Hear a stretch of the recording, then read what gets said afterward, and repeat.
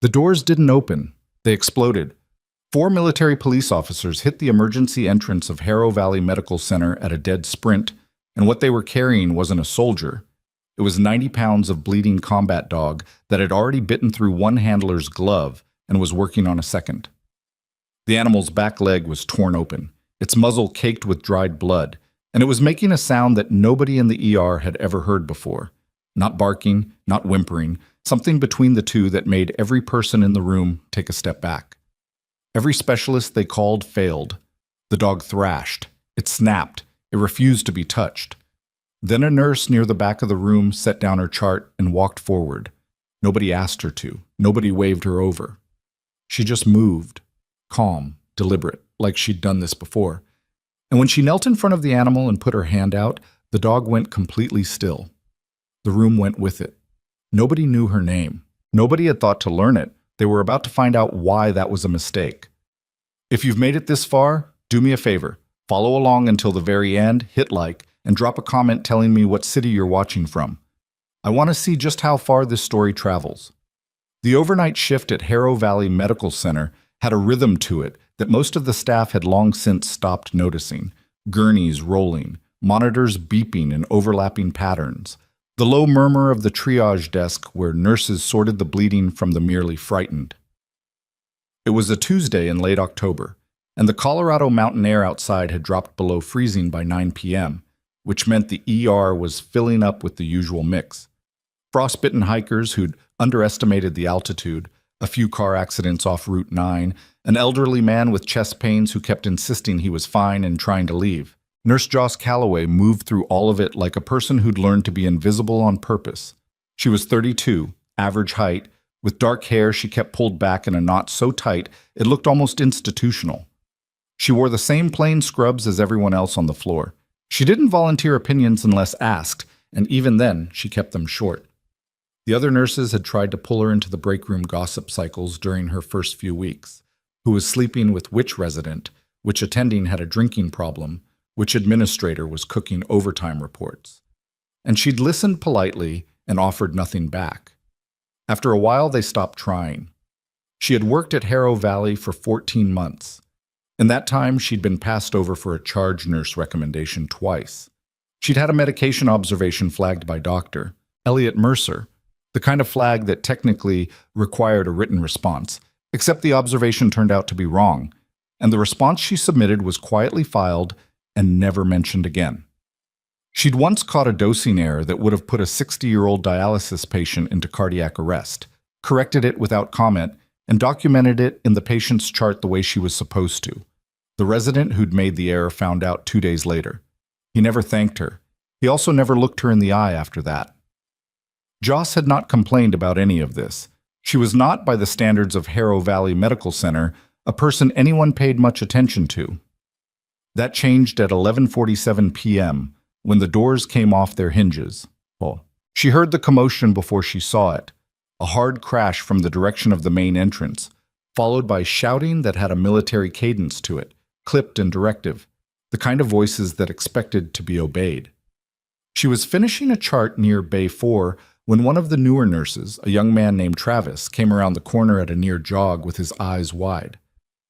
"Some kind of dog," he said. "Military. They're saying it was in some kind of operation. It's bad." Joss set her chart down. The scene at the entrance was controlled chaos, which was still chaos.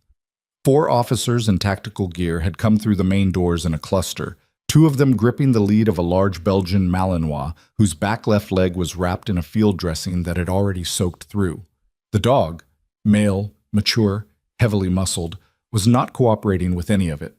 He was twisting against the lead with the kind of focused intensity that made the officer's arms strain. One of them had a fresh tear in the forearm of his jacket. Another was holding his hand in a way that suggested it had recently been inside the dog's mouth. Dr. Mercer was already there. He was a tall man with the particular confidence of someone who'd been the smartest person in most rooms for long enough that he'd stopped questioning it. He stood at a distance from the dog that was professionally appropriate and also clearly safe, and he was talking to the lead officer in the tone he used for situations he considered beneath his actual expertise. We can treat the physical injury, Mercer was saying, but we're not equipped to manage an aggressive military animal. You'll need to contact your veterinary unit. Our vet is 40 minutes out, the officer said. His nameplate read Dawes. He was maybe 35, compact build, with the particular stillness of someone who'd learned not to waste movement. This dog needs triage now. The leg is bad. I understand that. I'm telling you, we can't safely examine an animal that's... He'll tear through that dressing in 10 minutes, Dawes said flatly. Maybe less. He's already reopened it twice. As if to demonstrate, the dog lunged sideways. Not at anyone, just against the restraint, and the motion pulled the field dressing loose at one edge. Blood welled immediately, dark and fast. The room took another collective step backward. Mercer looked at the blood, then at the dog, then back at Dawes. I'll call animal control. He'll be dead before they get here. Then I'm sorry, Sergeant, but I don't know what you want me to. I want someone to help this dog, Dawes said. His voice didn't rise. It didn't need to. That's all I want.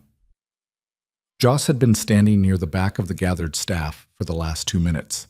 She hadn't moved forward. She hadn't said anything. She was watching the dog the way she watched everything, with the particular quality of attention that looked like nothing from the outside and was, in fact, the opposite of nothing. The Malinois was not simply aggressive. That was the wrong read. She could see it from here, the whites of his eyes showing at the corners, the way his head swung in a pattern rather than randomly, scanning, tracking, looking for something. The vocalizations he was making weren't threat displays. They were something more complicated than that. She took a breath. Then she walked forward. Calloway. Mercer's voice, flat and warning. This isn't your area. She didn't stop. I know. Nurse, sharper this time, I'm asking you to... She was already past him. The handler saw her coming, and one of them put out a hand. Ma'am, you don't want to... Ease up on the lead, she said quietly. Not a request. The tone of someone accustomed to being obeyed in moments that didn't allow for discussion. Excuse me? You're pulling against him. That's escalating everything. Ease up. There was a pause that lasted about 2 seconds, which was 2 seconds longer than it should have taken, and then Dawes said from behind her, Do it. The handlers exchanged a look. The tension on the leads slackened just slightly. Joss lowered herself to one knee about 6 feet from the dog. She didn't reach out. She didn't make eye contact. Not directly, not the kind of eye contact that reads as challenge. She positioned herself at a slight angle, weight forward, and she went still. Completely still. In the way that most people were not capable of. Not fidgeting still, not holding breath still, but the genuine absence of tension that comes from a body that has learned to stop performing calm and simply exist in it. The dog's scanning motion slowed. The vocalization dropped in pitch. She waited. 8 seconds. 12. She could hear Mercer behind her saying something to one of the administrators. She caught the word liability and filed it away. At 17 seconds, the dog took a single step toward her. At 22 seconds, his nose was 6 inches from her outstretched hand, which she'd lowered to the floor, palm up, without anyone in the room noticing her do it. At 30 seconds, he pressed his muzzle into her palm, and the sound he'd been making stopped entirely. The ER went quiet in the specific way that rooms go quiet when something happens that nobody has a category for. Joss moved her other hand to his flank, slow and certain, and found the edge of the field dressing with her fingers. He didn't flinch. He stood there and let her examine the wound with the focused patience of a dog who had decided, in whatever way dogs decided things, that she was trustworthy. It's deep, she said, to no one in particular. He needs irrigation and closure. The dressing shifted during transport. There's debris in there. Travis had come forward with a supply cart, maintaining his distance. She could feel Dawes somewhere to her right, watching, but not interfering. Mercer, behind her. Calloway, I need you to step back. We'll wait for the veterinary. If we wait, this gets infected, she said, not turning around. Probably already is. The tissue around the wound edge is hot. You are not a veterinarian. No. She reached for the gauze on the cart without looking at it. But I know trauma. What followed was not smooth. The dog flinched twice during irrigation, and once she had to stop entirely and wait for him to settle before she could continue. She talked to him while she worked. Not baby talk, not cooing, just a low, continuous murmur of words that didn't mean much individually, but carried a specific rhythm. Anyone listening closely might have recognized it as the verbal equivalent of hand pressure on a wound site. Constant, even. Designed to hold something in place. The rest of the ER staff hovered at a radius that was determined entirely by personal courage. Travis was closest, handing her supplies when she asked. The handlers had backed off completely at some point. She wasn't sure when. Dawes had not backed off. He stood at her 10 o'clock and watched with an expression she wasn't looking at directly but could feel regardless. By the time she'd packed the wound and applied a proper dressing, real closure, not the field improvisation that had gotten the animal this far, the dog had lain down with his head on her thigh. She heard someone say Jesus from somewhere behind her. She heard Mercer say something sharper, lower, to the person beside him. She finished the dressing, checked it, rechecked it, and then sat on the floor of the ER triage bay for a moment with 90 pounds of combat dog across her lap, because moving suddenly would undo 20 minutes of careful work, and she was not inclined to let that happen. Dawes came forward then, crouching to her level. He was quiet for a moment, looking at the dog. "His name's Rook," he said. "I know." A pause. "You know him?" "No," she said. "I read his tag." Dawes looked at the dog's tags, which were visible but not obviously so. He looked at her. He didn't say what he was thinking, but she could see him filing something away, the way people did when a piece of information didn't slot neatly into what they expected. "He's been unmanageable for 6 weeks," Dawes said after a moment, "since his handler was killed." She didn't respond to that immediately. Her hand moved slowly along Rook's back, and the dog's breathing was slow and regular. "How was the handler killed?" "I can't discuss that." "Okay." Another pause. "You were very calm." "So were you," she said. "When your people wanted to pull the lead tighter, you told them to ease up instead. That was the right call." Dawes looked at her for a moment that lasted slightly longer than conversational. "How long have you been at this hospital?" "Little over a year." "Before that?" She picked up Rook's chart, the basic intake form Travis had started, and made a note. "Various places." It was the truth.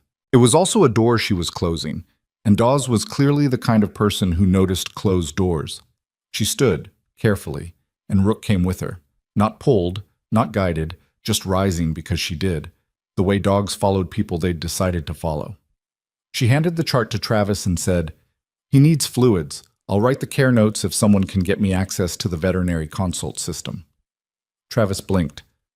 "I don't think he's not a patient." "Then make him one," she said quietly. "Temporarily. Until the vet gets here." She walked back toward Bay 4 and picked up the chart she'd put down 22 minutes ago, and she finished her notes, and she did not look at the cluster of people near the entrance who were watching her. She knew they were talking. She was used to it.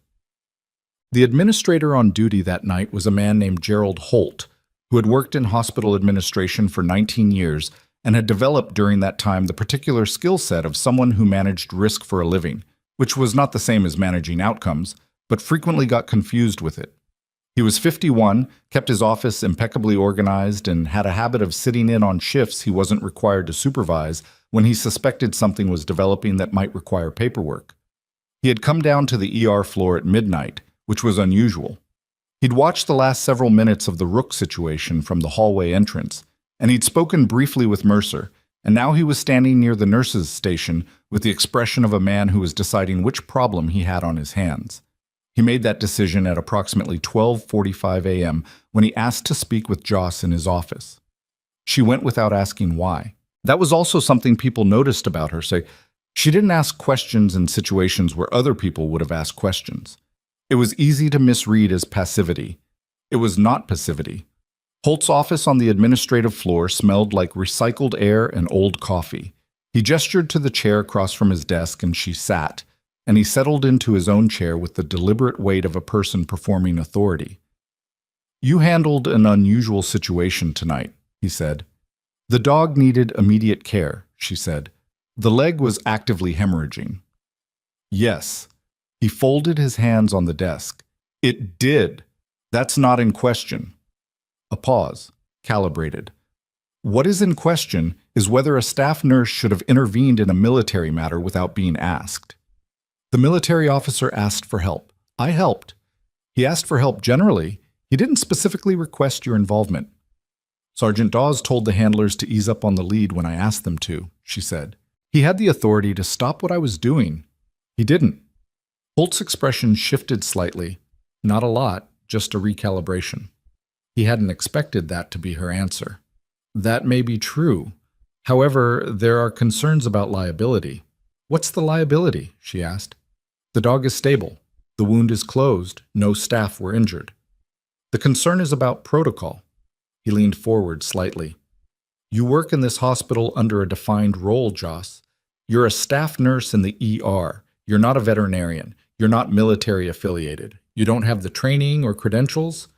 I've handled trauma before, she said evenly, in a nursing capacity. Yes. He studied her for a moment.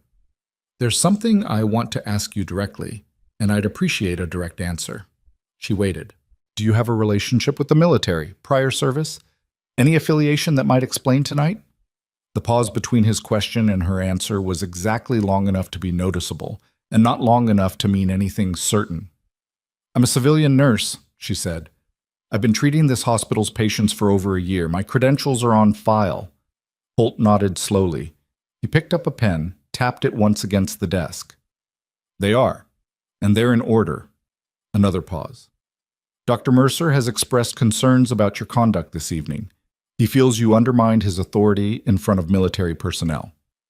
Dr. Mercer suggested waiting for animal control, she said.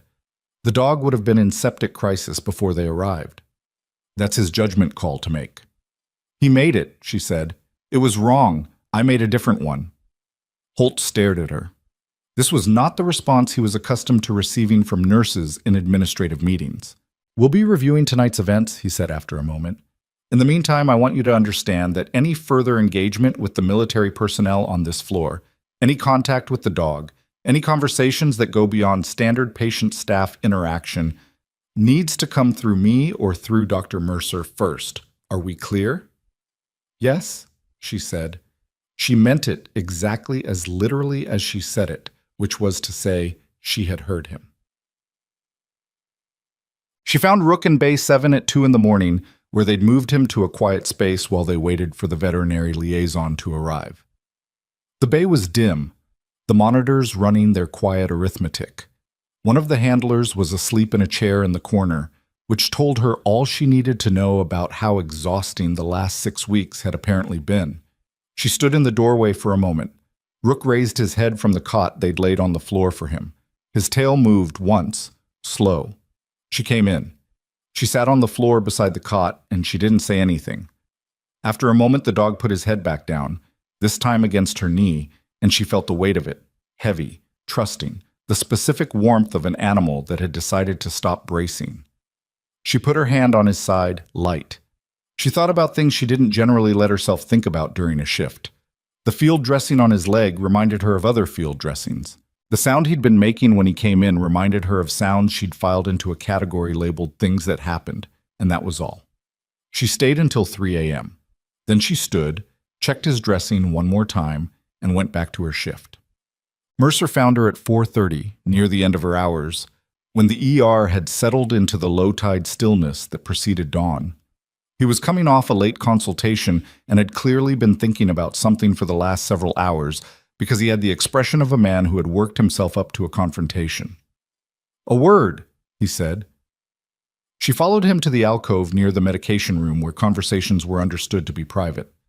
"I want to know where that came from," he said. He was keeping his voice low, which was Mercer keeping himself in check, which was unusual enough that she noted it. That, whatever that was, with the dog. "Experience," she said. "That's not an answer." "It's the only one I have." Mercer shook his head. He was tall enough that looking at her required him to adjust his angle slightly, which he did, which put something off balance in the interaction that she didn't think was intentional. "I've worked with nurses at 6 hospitals," he said. "I've watched medics. I've watched trauma surgeons. What you did out there, the way you assessed that animal's condition before I did, before any of us did, that's not nursing school. That's not even good nursing school." She was quiet. "I've been doing this long enough to know what field-trained instincts look like," he said, "and what I saw tonight had field in it." She looked at him directly. "Dr. Mercer, you called Holt on me before we'd been in this building for an hour." He didn't deny it. "I have a responsibility to this department." "So do I." "You don't have the authority. Neither of us saved that dog because of authority," she said. "I saved it because I knew how, and I was standing there." The silence between them had a texture to it. "Your personnel file," Mercer said finally. "I looked at it this evening." She kept her expression level. "There's a gap," he said. 5 years. Between your last documented nursing position and your arrival here." He paused, watching her face for something she was not going to give him. "That's not normal. The HR notation says the records from that period were, and I'm quoting, administratively consolidated. I've never seen that language before. Have you?" She said nothing. "Because I called someone," Mercer said. "Someone who might know what it means." The overhead fluorescence buzzed. Down the hall, a monitor beeped its even, unconcerned rhythm. "I think," Mercer said slowly, "that there is considerably more to you than a nursing license." Joss Calloway looked at the man who had been dismissing her for 14 months and felt, somewhere beneath the controlled surface of everything she kept controlled, the sensation of something beginning to shift, not collapse, not crumble, just move, the way tectonic plates moved, slow and enormous and inevitable. "Get some rest, Dr. Mercer," she said. She walked back to the floor. She picked up her last chart of the night. She finished it without mistakes, signed it, clipped it to the board. Somewhere in the hospital, a phone was ringing in an office that wouldn't be occupied until morning, and whatever Mercer had set in motion with the person he'd called, it was already moving, just out of sight, just past the edge of what she could see. She had learned a long time ago what it felt like when something was coming. This felt like that. The call Mercer made that night went to a man named Philip Okafor, which Joss didn't know yet. What she did know, when she came back for her next shift 31 hours later, was that the temperature of the building had changed. Not dramatically. Not in any way she could have pointed to and described to someone who hadn't spent years reading rooms for a living. But it was there, in the way the charge nurse at the desk didn't quite meet her eyes when she signed in, in the way one of the day shift nurses ended a conversation a beat too early when Joss came around the corner, in the particular quality of Holt's office door being shut at 3 in the afternoon when it was usually open. Something had circulated. She didn't know what exactly. She knew the shape of it. She put her bag in her locker, tied her hair back, and went to work. Rook was still in Bay 7. The veterinary liaison, a woman named Dr. Anita Subramaniam, who was thorough and clearly had not slept enough, had arrived during the previous shift, examined the wound closure, and apparently said something to the charge nurse that had caused the charge nurse to look at Joss's name on the schedule with a new kind of attention. The dressing was good. The wound was clean. Rook was eating, which was apparently the first time he'd eaten without being coaxed in 6 weeks. Subramaniam caught Joss in the hall at the start of rounds. "The wound closure on the Malinois," she said. She was direct, which Joss appreciated. "You did that?" "Yes." "The suture pattern on the deep tissue is—" Subramaniam paused, clearly recalibrating her sentence. "It's not standard small animal technique." "No," Joss said. "It's more like—" Another pause. "Where did you learn that specific pattern?" Joss looked at her evenly. "I've treated lacerations in high-stress environments. You adapt." Subramaniam studied her for a moment. She was the kind of person who asked follow-up questions, and Joss could see her deciding whether to ask the one that was clearly sitting at the front of her mind. She decided against it, finally, and gave a brief professional nod. "It held well," she said. "The leg is going to be fine." "Good," Joss said, and moved on. Dawes was in the bay with Rook when she came by at 11. He was sitting in the same chair the handler had been sleeping in, but he was awake, forearms on his knees, watching the dog with the patient expression of a man who'd learned to wait things out. Rook was asleep on the cot. His breathing was even and slow. Joss came in to check the dressing. She was aware of Dawes watching her as she worked, but he didn't speak until she was finishing. "You know what I noticed?" he said. "Tell me." "When you came in last night, the way you moved in the entrance, before any of us said anything to you." He paused. "You assessed the room first, not the dog. The room." She smoothed the edge of the dressing. "That's just awareness." "Sure," he said, "or it's training." He leaned back. "I'm not asking you to confirm anything. I'm just telling you what I saw." Joss stood. She looked at Rook for a moment. The slow rise and fall of his rib cage, the way his paws twitched slightly, whatever dogs dreamed about. "He trusts you," Dawes said. "He doesn't trust much of anyone right now." "I know." "His handler was killed in a vehicle ambush," Dawes said quietly, 8 weeks ago. "Not something that got media attention. Rook was in the vehicle. He survived because his handler put himself between the dog and the—" He stopped. "Anyway, the dog has been unreachable since then. They were talking about early retirement." She understood what early retirement meant for a combat dog that couldn't be handled. She did not say so. "He's not broken," she said. She picked up the chart. "He's grieving. Those aren't the same thing." Dawes didn't respond immediately. When she glanced at him, he was looking at her with an expression that was harder to categorize than the ones she was used to reading. Not suspicion, not calculation, something more like careful recognition. She left before he could name whatever he was thinking. The meeting was called for 2 p.m. the next day, which she found out about from Travis, who found out from the scheduling board where someone had blocked off a conference room and listed attendees in the notes field. Her name was on the list. So were Mercer's, Holt's, and 2 names she didn't recognize, which, given what she knew about how administrative meetings worked in hospitals, was not a good sign. Unknown names in a conference room meant outside involvement. Outside involvement meant someone had made a call that went further than Mercer's reach. She spent the hours before 2 p.m. doing her job. Chest pain in Bay 2. Not cardiac, she thought, but not her call to make. So she flagged it for the resident and documented what she saw. Laceration in Bay 5.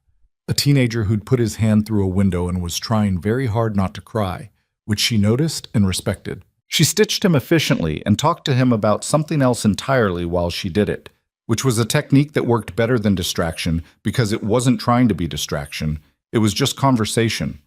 By the time she finished, he'd almost forgotten the needle. Travis caught her at 1:45. He had the look of someone delivering information he wasn't sure he should have. "Holt had a call this morning," he said low. "I wasn't supposed to hear it, but the conference room door was open." He hesitated. "It was someone from the hospital board, a Mr. Okafor. He's coming to the 2 o'clock. Joss absorbed this. "Okay. Joss?" Travis's voice was tight. "They were talking about your position, whether your credentials were—" There was some phrase he kept using, misrepresentation of scope. He looked genuinely worried, which was something she filed as significant because Travis was not a person who worried easily. "I don't know what that means exactly, but it means they think I claimed capabilities I don't have," she said. "Did you?" She looked at him. "No." He nodded slowly and seemed to want to say something else, but didn't quite get there. She touched his arm briefly, a small, rare gesture for her, and went to change into clean scrubs before the meeting. The conference room had a table that was too large for 7 people, which meant everyone had more space than was comfortable, and the gaps between chairs turned into a kind of social cartography. Who sat close to whom? Who maintained distance? Who was already allied before anything was said? Holt sat at the head. Mercer was to his right. The 2 unknown names resolved into Philip Okafor, who was 60 and wore a suit that cost more than most of the nurses in this building made in a month, and a woman named Sandra Vick, who had the title of Regional Compliance Officer printed on the card she didn't hand to Joss directly, but left visible on the table. Dawes was not in the room. That absence was its own kind of information. Joss sat across from Mercer, which put Okafor at her diagonal. She folded her hands on the table and waited. Holt opened it. He was practiced at this. The measured tone, the careful language that was designed to sound reasonable while doing something that wasn't. "We appreciate you coming in, Joss. This is a routine review of an unusual situation. We're not making any determinations today. That last sentence meant they already had. Of course, she said. Okafor spoke next. His voice was smooth and measured, the voice of a man who'd run hundreds of these meetings. Ms. Calloway, the situation Tuesday night raised some questions for the board regarding the scope of your role here at Harrow Valley. He placed a folder on the table but didn't open it yet. Your employment history specifically. My credentials are on file, she said. My nursing license is current. My certifications are current. They are, Vic said. She had a tablet in front of her and was making notes without looking up. However, there's a period of your professional history that's, she glanced at Okafor briefly, not well documented. Records from that period were consolidated, Joss said. We're aware of the notation, Okafor said. We'd like to understand what that means. It means the records were consolidated. A pause settled over the table. Mercer leaned forward slightly, the way he did when he was about to say something he'd been waiting to say. What I saw Tuesday night, what several staff members witnessed, was not consistent with the skill set of a standard ER nurse. I want to be clear that I'm not making a negative judgment about the outcome. The dog received appropriate care. I'm raising the question of where that knowledge came from and whether there is context about your background that this hospital should be aware of. He was being careful. She could see it, the specifically calibrated way he was presenting it, making it sound like concern rather than accusation, which was what happened when someone had been coached. Someone had told him how to frame it. My background, she said, is in emergency medicine. I've worked in demanding environments. I'm good at my job. Demanding environments, Vic repeated, making a note. Can you characterize those? Critical care. High acuity trauma situations. Civilian? The question landed with the weight it was intended to carry. Joss looked at Vic directly. My credentials are civilian, she said. My nursing license is issued through the state. Everything required to hold this position is current and on file. That's not quite what she asked, Okafor said. Joss turned to him. I know. The silence that followed was uncomfortable for everyone except her. She had sat in rooms considerably less comfortable than this one and found her way through them by doing exactly this, not filling silence that she hadn't created. Okafor opened the folder. He removed a single document and placed it in front of her. It was a formal notice. The language was dense, but the meaning was clear within the first two sentences. Pending completion of a comprehensive credential review, her ER privileges were being suspended. She would remain employed. She would not be assigned patient care duties until the review was concluded. She read it fully. She did not read it a second time. She looked up. How long is the review? These things can take 2 to 4 weeks, Holt said. I see. In the meantime, he continued, you'll be asked to... I understand, she said. She stood. She picked up the document without being asked to, folded it in thirds, and slid it into the pocket of her scrubs. She looked at each of them in turn, not long enough to be a challenge, long enough to be a record. Thank you for the meeting, she said. She walked out. The drive home took 18 minutes on roads she knew by memory now. The mountains at the edge of Harrow were doing what they always did at this hour. Going dark at the tops first, the snow line losing its definition as the light changed. She'd rented a house at the edge of town specifically because it was close to nothing. A small place with a wood stove and a back porch that looked at a field that looked at the tree line. She had not personalized it much. She was aware this was a habit she'd developed over years of not being sure how long she'd be somewhere. She sat on the back porch for a while without turning on any lights. The suspension wasn't the thing she was most concerned about.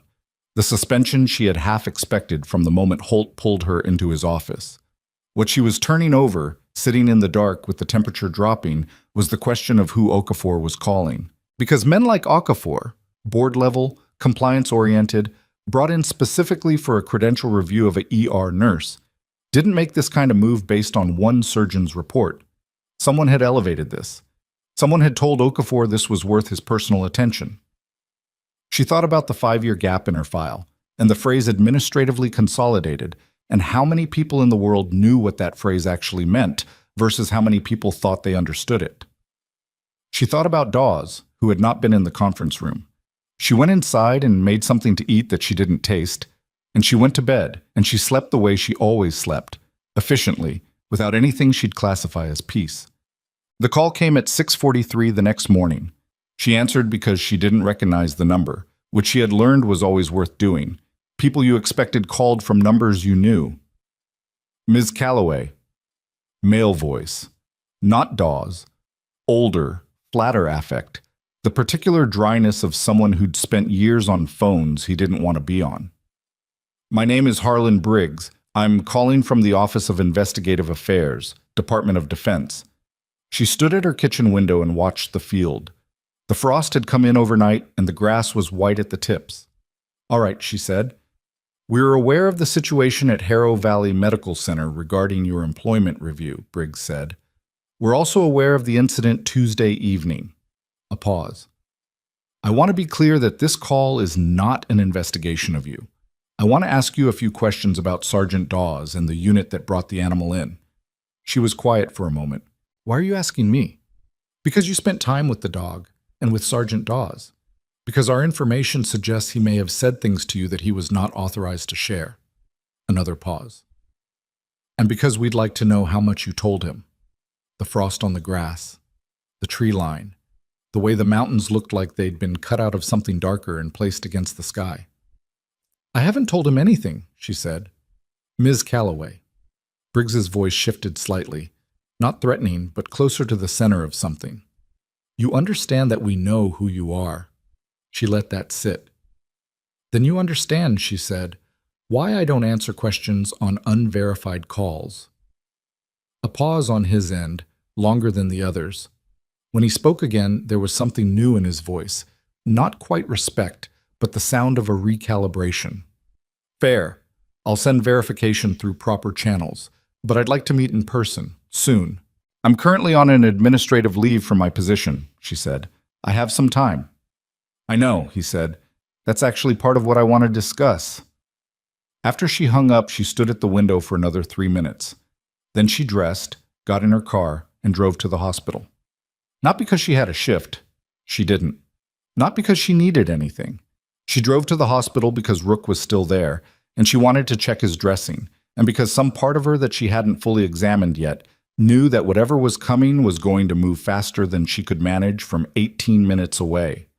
She got as far as the parking structure before she saw the second military vehicle that hadn't been there yesterday.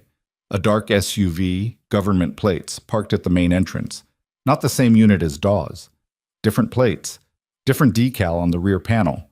She sat in her car and looked at it. Whatever Mercer had set in motion with his phone call had apparently met something coming the other direction. She counted the visible plates. She noted the agency identifier on the decal, small and easy to miss if you weren't looking for it. She was looking. She pulled into a space, cut the engine, and sat in the gathering cold of a November morning, watching the entrance of the hospital where she no longer had the right to treat patients, and felt the particular sensation she hadn't felt in years. The one that lived just behind the sternum, low and steady, the feeling of a situation narrowing toward a single point. She had been here before. She reached for the door handle. Her phone buzzed. A text from a number she didn't know. No name. 7 words. Don't go in. They're asking about you inside. She stared at it. Then she looked up at the hospital entrance, at the dark SUV with the agency decal, and at the figure she could now see through the glass doors of the lobby. A man in civilian clothes standing with Holt, showing him something on a phone, and Holt's face going through several expressions in rapid succession before settling on the one that meant he understood the situation was considerably larger than he'd thought. She put her own phone down. She did not get out of the car. The message had come from somewhere. Someone inside that building, or close to it, had her number and had used it in the last 90 seconds, which meant someone was watching the parking structure right now. She looked at her mirrors. She didn't see anyone, but she'd also learned, a long time ago, that not seeing someone was not the same as being alone. She stayed in the car for 4 minutes. Not from indecision, she'd made the decision inside the first 30 seconds, but because moving too quickly in a situation like this was how you gave away information you hadn't intended to share. The man in the lobby finished whatever he was showing Holt, and they moved together toward the administrative corridor, which bought her a window. She got out, crossed the parking structure on foot, and took the staff entrance on the building's east side. Her badge still worked. They hadn't deactivated it yet, which either meant the suspension was administrative only or someone hadn't gotten around to it. She didn't intend to find out which. The east corridor ran parallel to the main hall and led out near radiology. From there she could reach Bay 7 without passing the lobby or the administrative wing. She moved the way she'd learned to move in spaces where moving wrong had consequences. Not fast enough to draw attention. Not slow enough to look like she was trying not to draw attention. The particular pace of someone with somewhere specific to be. Bay 7 was empty. The cot was on the floor where she'd left it. The monitoring equipment was still there.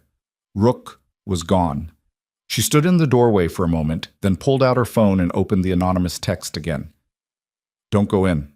They're asking about you inside." She looked at the number, Colorado area code, no name. She typed a single word back. "Rook?" The response came in under a minute. "Moved to secured holding. 3rd floor, east wing. Dawes is with him." She didn't know who she was talking to. She knew they were inside the building and they had line of sight to something. Her arrival, or Holt's movements, or both. She also knew that whoever it was had chosen to warn her rather than stay out of it, which meant they had a stake in this that went beyond professional curiosity. She typed, "Who are you?" The reply, "Someone who read your file. The real one." She pocketed the phone.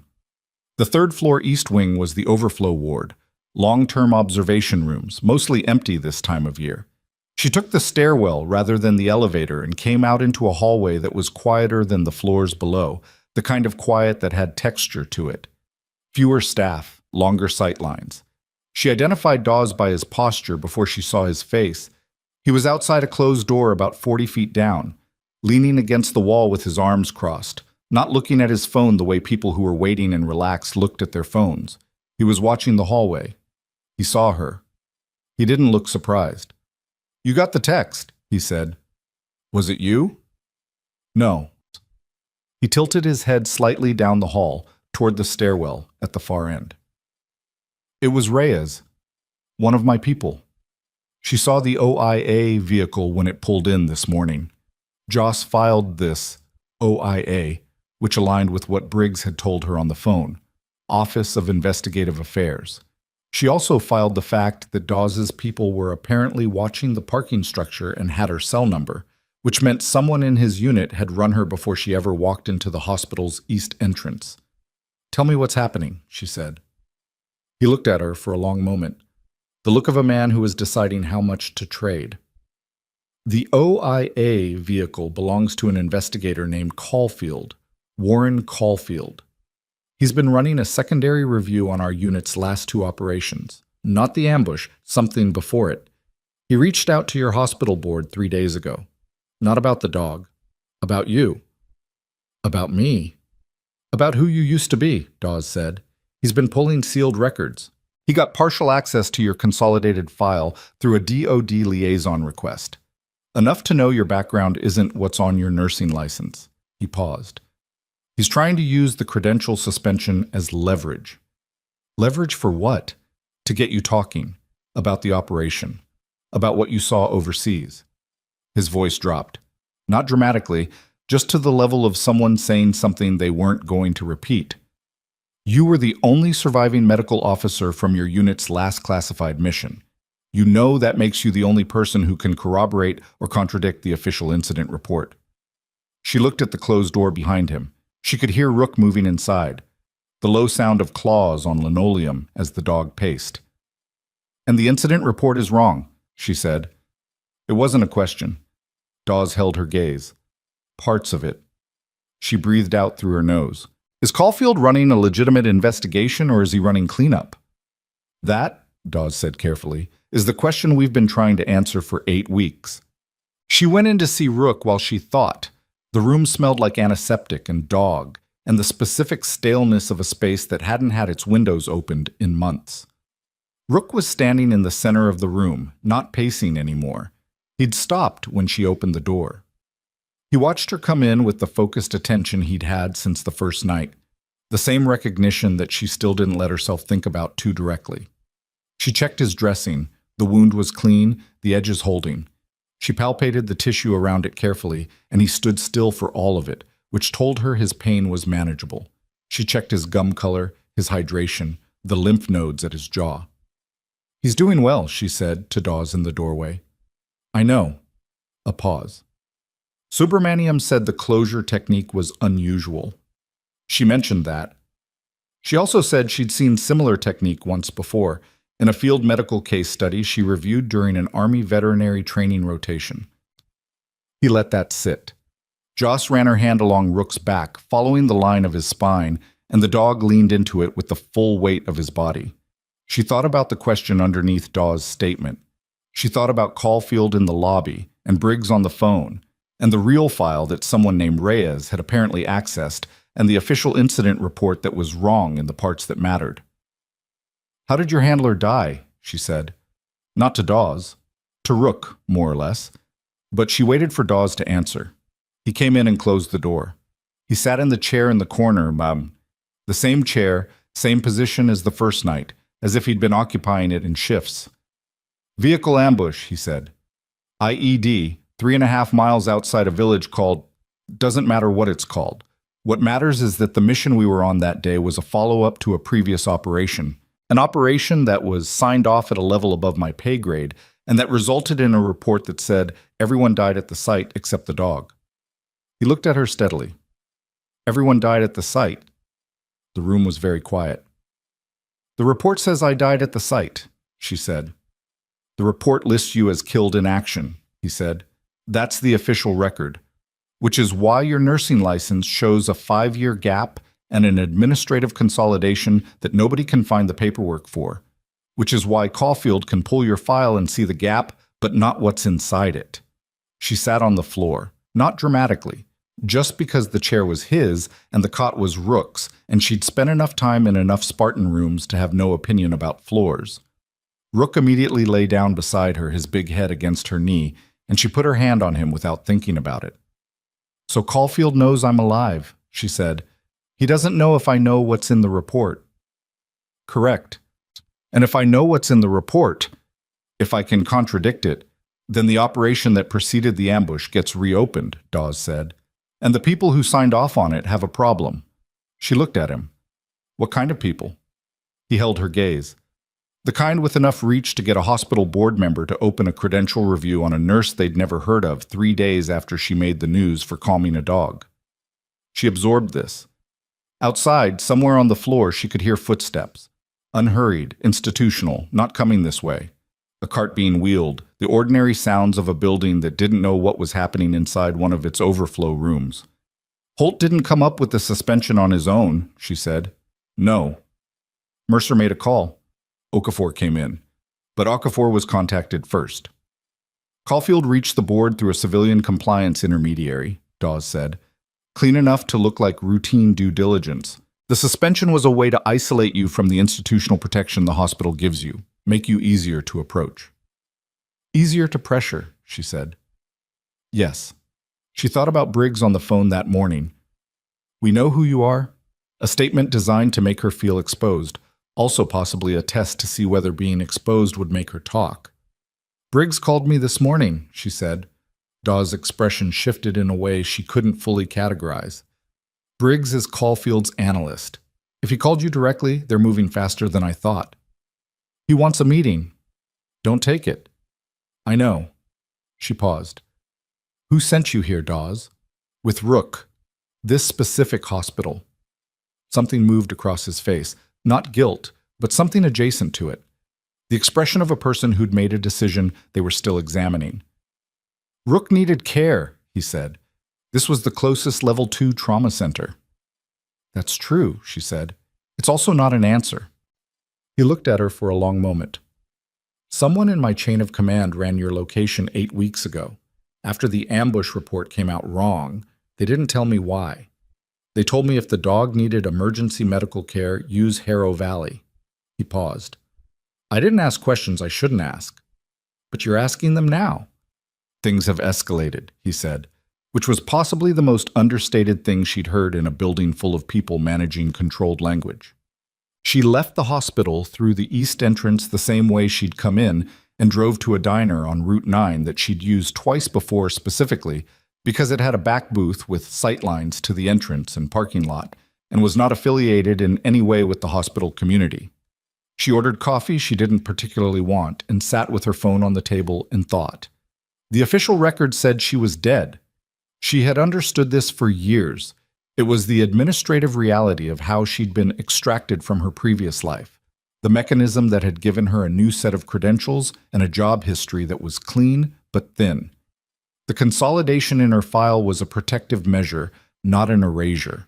Someone had made sure she could work, could exist, could build something that looked like a normal life, while the classified record sat sealed in a drawer that required multiple authorizations to open. What she hadn't known, what nobody had told her when she'd built her life in Harrow Valley, with her small house and her back porch and her 4-year-old habit of being invisible, was that the sealed drawer had been partially opened, that someone had decided at some point in the last 8 weeks that the incident report needed scrutiny, and that scrutinizing the incident report meant finding her.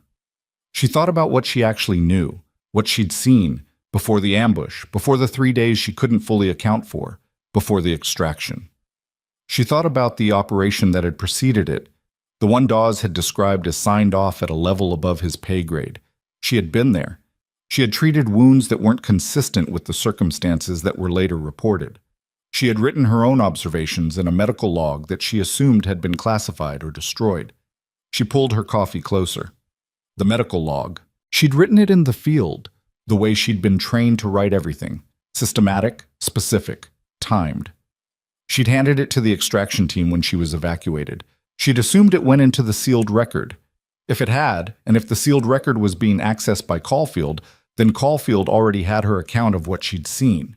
He didn't need her to talk. He needed her to not talk, or to say something inconsistent, something he could use to discredit the log. That reframed the pressure campaign entirely. The suspension wasn't leveraged to make her cooperate. It was leveraged to make her appear unstable, untrustworthy, professionally questionable, the kind of person whose sealed medical log from a classified operation could be dismissed as the account of someone with a history of overstepping her role and misrepresenting her credentials. She set her coffee down. The anonymous text from Reyes. Someone who read your file. The real one. If Reyes had read the file, she'd read the log. She knew what was in it, which meant Dawes' unit had been running a parallel track, trying to authenticate the log, trying to protect what it said before Caulfield could bury it. And they'd needed her alive and credible to do it. She was not, she reflected, in the habit of being anyone's asset. But she also understood that this situation had already decided what it was going to be, independent of her preferences. Her phone buzzed. Not the anonymous number this time. A number she recognized because it was the hospital's main administrative line, and she'd had it memorized since her 3rd week. She answered. It was Travis. His voice was tight in a way that had nothing to do with the gossip circuit tension she'd heard from him before. This was different. Joss? 2 syllables with a lot of weight in them. You need to come back. I'm on administrative leave, Travis. I know, but... He stopped. She could hear the floor noise behind him, voices that were more urgent than background. There's been an incident, a structural... Something fell in the main corridor on the 2nd floor, part of the ventilation housing. 3 people are down and we are... It's bad, Joss. 2 of them are ours. She was already standing. Who? She said. Nurse Bautista. And... A pause. Reyes. She went still. The soldier, Travis said. The one who was here with the dog unit. She was coming down the corridor when it came down. His voice was not steady. Travis's voice was almost never not steady. Joss, the attending on shift is Connolly, and he's doing his best, but it's a bad head injury, and there's a secondary bleed they can't get ahead of, and Mercer is in surgery on something else, and I don't know what to do. She was already walking to her car. I'm 7 minutes out, she said. Tell Connolly to hold pressure on the secondary bleed. Do not move her until I'm there, unless she arrests. Travis. She needed him to hear her clearly. Do not let them move her. She was in her car before she finished the sentence. 6 minutes and 40 seconds. She'd driven this road enough times to know which curves allowed speed and which ones didn't, and she made every correct decision without thinking about it, which was the point of having driven the road enough times. The main entrance had a cluster of hospital security and 2 nurses from the day shift standing in the outer corridor when she pushed through the doors. Nobody stopped her. She had her badge and her pace and the specific expression of a person moving towards something urgent, and in hospitals that combination was still enough to clear a path. Second floor. She heard it before she saw it. The particular sound of a trauma response that was under-resourced, voices overlapping in ways that indicated communication breakdown rather than teamwork. She rounded the corner and the scene resolved. A section of ventilation housing approximately 4 feet long had come down from the ceiling. It was heavy-gauge steel, the kind that in theory was secured with rated hardware, and one end of it had struck the corridor floor and the other had struck the 2 people who'd been walking beneath it. Bautista, a day shift nurse she knew, was conscious and sitting against the wall with her arm at an angle that indicated a clean fracture, which was bad, but manageable. She was pale and controlled, which was the best you could be with a broken arm. Reyes was on the floor. She was young. Joss registered this with the part of her brain that cataloged and moved on. Maybe 26, in civilian clothes, dark hair spread around her on the tile. A medic from Dawes's unit that Joss had never seen before was doing compressions. Connolly, the attending, was kneeling at her head, holding a manual airway, and his face had the controlled terror of a competent doctor in a situation that was at the edge of his specific training. Joss crossed the distance in 3 seconds. She was on the floor beside Connolly before anyone registered who she was. "Talk to me," she said. "GCS was 8 when she went down, dropped to 5 in the last 2 minutes. Connolly said. He was not a bad doctor. He was grateful to see her and didn't waste time on anything else. "Pupils unequal, right is blown. She has a secondary hemorrhage I can't localize without imaging. BP is dropping." "How long since impact?" 9 minutes. 9 minutes was a long time with an intracranial bleed. "She need a craniotomy," Joss said. "I know she needs a craniotomy. I have one surgeon in the building right now and he's in an open abdominal case." She looked at the medic doing compressions. "Young man, efficient, holding rhythm." "You her unit?" "Yes, ma'am." "Name?" "Corporal Fitch." "You're doing it right. Keep going." She turned back to Connolly. "Where's Neuro?" 20 minutes out." "She doesn't have 20 minutes, Joss said. Connolly looked at her. "I know. Get Mercer out of his case. I don't care what he's in the middle of. Get him out and get him up here." She was already checking Reyes's pupils herself, pulling a pen light from the breast pocket of her scrubs, where she still kept one by habit. Right pupil fixed and dilated, left sluggish. The herniation process was beginning. "Mercer can close an abdomen in 8 minutes if he has to. Tell him he has to. He's not going to take orders from, tell him a soldier is herniating on the 2nd floor, and if he doesn't come up here, she dies on his shift," Joss said. "That's not an order. That's information. He can decide what to do with it." Connolly got on the radio. She worked. The space between Connolly's call to Mercer and Mercer's arrival on the floor was 6.5 minutes, and in that time she managed Reyes's airway, called for a crash cart that they needed twice and used once, talked Fitch through a rhythm change in the compressions with the flat efficiency of someone who'd called these adjustments in conditions that made a hospital corridor feel luxurious, and established 2 large-bore IVs in veins that were increasingly difficult to access as the BP dropped. Bautista said something from against the wall. "You're okay," Joss told her without looking up. "Your arm's broken. Someone's coming for you." "I know I'm okay," Bautista said, her voice strained but sharp. "I'm asking about Reyes." Joss didn't answer that one. Mercer arrived at 6 minutes 20. He came around the corner with his surgical cap still on and gloves off, and he took in the scene with the rapid clinical parsing of a man who'd done this for 20 years, and then his eyes landed on Joss. She met his gaze. She was on the floor with blood on her scrubs, and a second IV running, and Reyes's head stabilized between her knees because someone needed to maintain the cervical alignment, and she was the one doing it. "She's herniating," Joss said. "I've been managing the secondary bleed conservatively, but She needs surgical decompression in the next 10 minutes or we're going to lose her. Mercer came forward. He crouched, checked the pupils himself, checked the readings Connolly gave him, ran his hands along the cranial structure with the practiced speed of a man who could do a physical exam in 20 seconds and have it mean something. He looked up at Joss. "You've done a craniotomy before." It was not a question. She held his gaze. "I've assisted." "In what setting?" "A forward surgical." Another silence, the length of a decision. Mercer looked at Reyes. He looked at the corridor. No OR, no proper field, a collapsed section of ceiling 30 feet away still leaking dust. "We can't do this here," he said. "No, but we can keep her stable long enough to get to OR2. Connolly, get OR2 prepped, Mercer said, standing. He looked at Joss. "You're scrubbing in." "I'm on administrative leave." "I'll handle Holt," he said. He said it with a flatness that told her the conversation he was expecting to have with Holt was not going to be pleasant, and he had already decided not to care. "Can you get her there?" "Yes," she said. They moved. Bottom. The surgery took 2 hours and 11 minutes. Mercer operated. Joss assisted in the specific way she'd described, forward surgical, which was a euphemism for the kind of triage medicine that happened in places where euphemisms were the only thing that kept the mind organized. She anticipated his movements in ways that caused him to pause.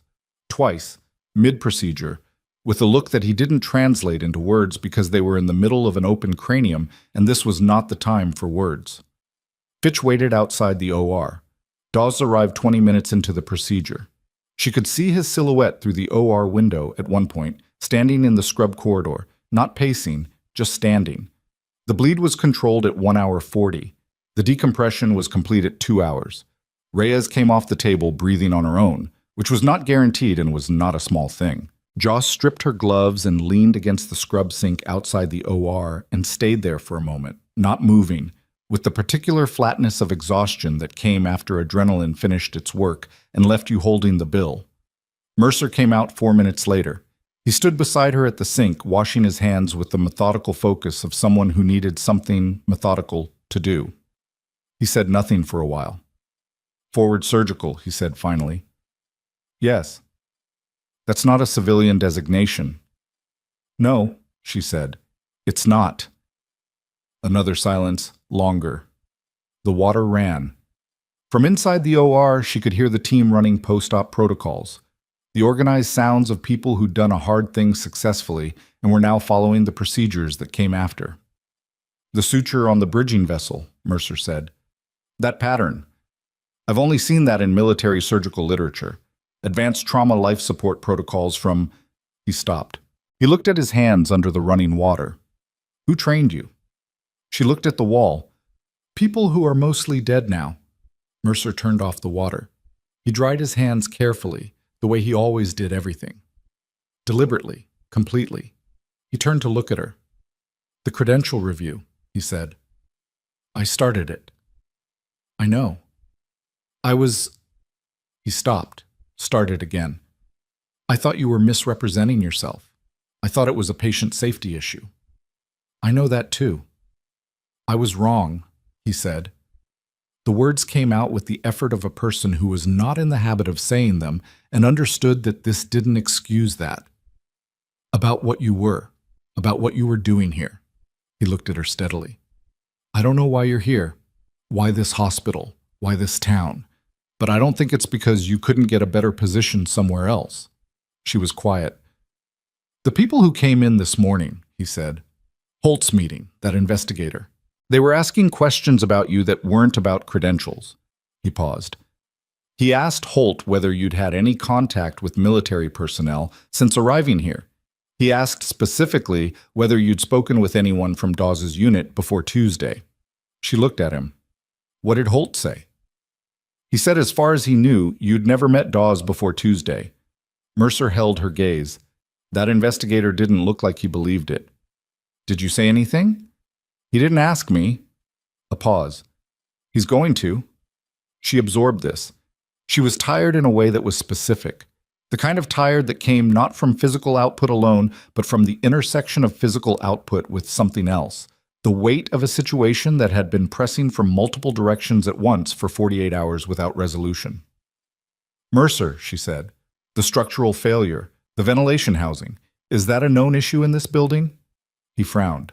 There was a maintenance inspection 6 months ago. Nothing flagged. Who has access to the maintenance logs? His frown deepened. Administration. Facilities. Why? Because Reyes was the person who texted me this morning, she said. She told me not to come in. She said they were asking about me inside. She looked at him steadily. 30 minutes later, a section of ceiling came down on her. The silence that followed was different from the previous ones. She watched the thought move across his face. The initial resistance, the clinical habit of demanding evidence before conclusions, and then the thing underneath it that was not clinical, the thing that was just a person looking at the shape of something and understanding what it might mean.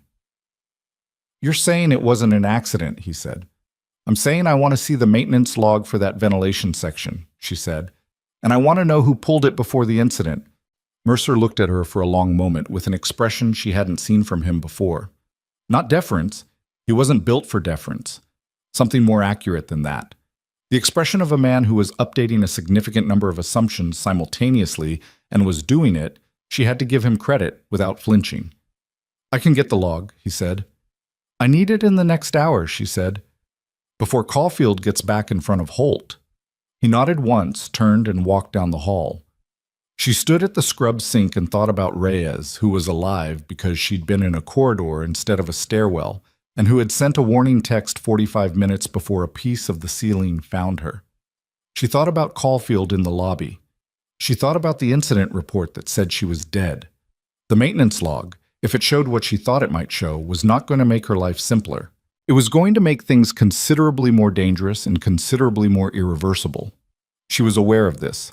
She was also aware that Rook was on the 3rd floor in a locked room, that Dawes was somewhere in this building running his own calculation, that Fitch was outside an OR waiting for news on his teammate, and that somewhere above all of this, above the hospital politics and Caulfield's cleanup operation and Mercer's credential review and Holt's managed risk and everything else, there was an incident report with her name on it that said she had died in a place she had actually survived, and the person or people who'd written it that way had done so for reasons that were becoming clearer by the hour.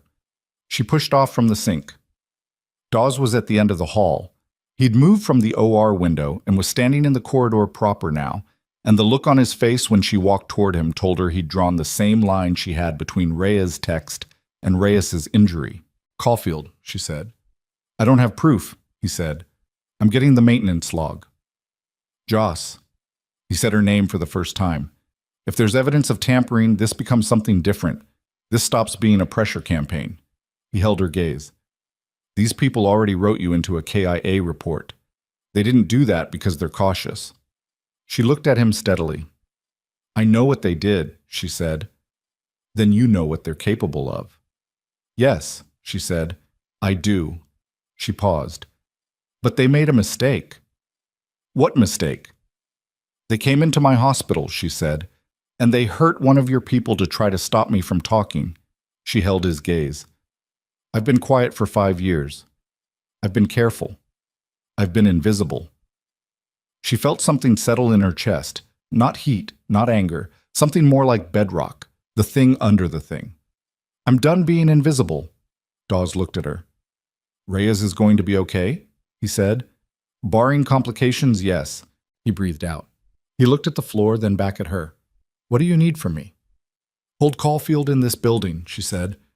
I don't care how. Dawes is in this hospital on official military business with an injured working dog. You have standing. Use it. And you? She was already walking.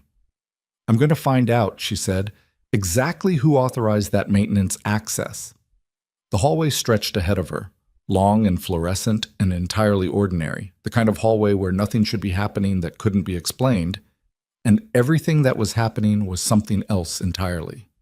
Behind her, she heard Dawes get on his phone, his voice, flat and authoritative, carrying the short distance. This is Sergeant First Class Dawes, Unit 47. I need to invoke Article 31 hold authority on a civilian investigator currently on premises. A pause. Name is Caulfield. Warren Caulfield. Another pause. Yes, I'll wait. She turned the corner. At the end of the next corridor, Gerald Holt's office door was open for the first time all day. She could see him through the gap, on the phone, his back partially to the door, and through the window behind him she could see the parking lot where Caulfield's dark SUV was still parked. And on Holt's desk, visible from the corridor, was a manila folder she recognized. She'd seen its twin on Okafor's conference table 2 days ago, but the name on this one's tab was not hers. She was close enough now to read it. The name on the folder was Mercer, Elliot R. And underneath the name, stamped in red ink that was visible even from the corridor, a single word she hadn't expected to see. Informant. She did not stop walking. That was the first decision, made in the half-second between seeing the folder and the moment when stopping would have become visible through the gap in Holt's door. She kept her pace, the same pace she'd carried through every corridor in this building for the last 48 hours. And she passed the door without looking directly at it, and she rounded the corner at the end of the administrative hall and stood with her back against the wall and let the information settle. Mercer, Elliot, R. Informant. She ran it.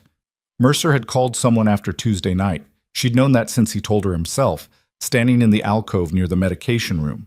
He'd said he'd called someone who might know what administratively consolidated meant. She had assumed, working from the most obvious reading, that he'd called a colleague, a regulatory contact, someone in hospital administration. She had not assumed he'd called Caulfield, but it fit. Caulfield had made contact with the hospital board 3 days after the incident.